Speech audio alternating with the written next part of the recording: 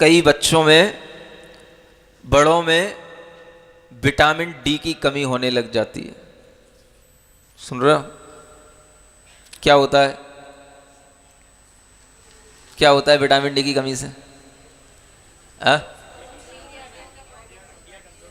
हड्डियां कमजोर होने लग जाती हैं। इसे सूखा रोग भी बोलते हैं। समझ आ रहा है क्यों होने लगा?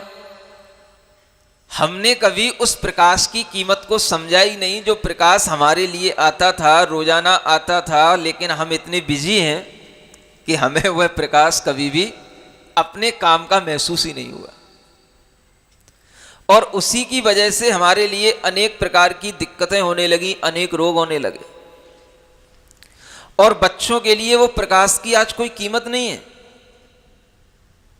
क्योंकि उन्हें जहां कहीं पर भी जाना है, चाहे वो क्लासरूम हो, चाहे अपने घर का रूम हो, उन्हें हर जगह पर CFL की लाइटें चाहिए, हेलोजन की लाइटें चाहिए, इलेक्ट्रिक लाइट चाहिए। उन्हें कहीं सनलाइट से कोई प्रयोजन ही नहीं रहता।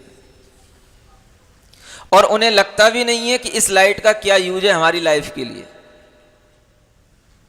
क्या इसकी भी कोई ज़रूरत है। अगर इसका भी हम प्रयोग ना करें तो क्या हमारे लिए कोई रोग हो सकते हैं, या हमारे शरीर पर उसका कोई प्रभाव पड़ता है कि नहीं पड़ता है।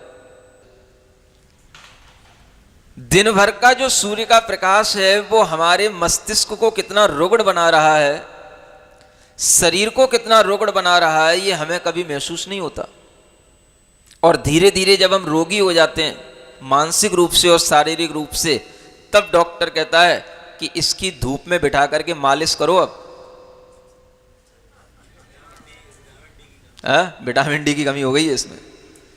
अब इसको धूप में बिठा करके इसकी मालिश करो, तब इसकी हड्डियां ठीक होंगी, तब इसका ब्लड सर्कुलेशन ठीक होगा, इसकी स्किन बिल्कुल ड्राई होती चली जा रही है, ये तब ठीक होएगा, और तभी जाकर के इसका मस्तिष्क सही काम करेगा। इसकी डाइजेशन पावर भी बिगड़ती चली जा रही है। अगर हमें सूर्य का प्रकाश बराबर न मिले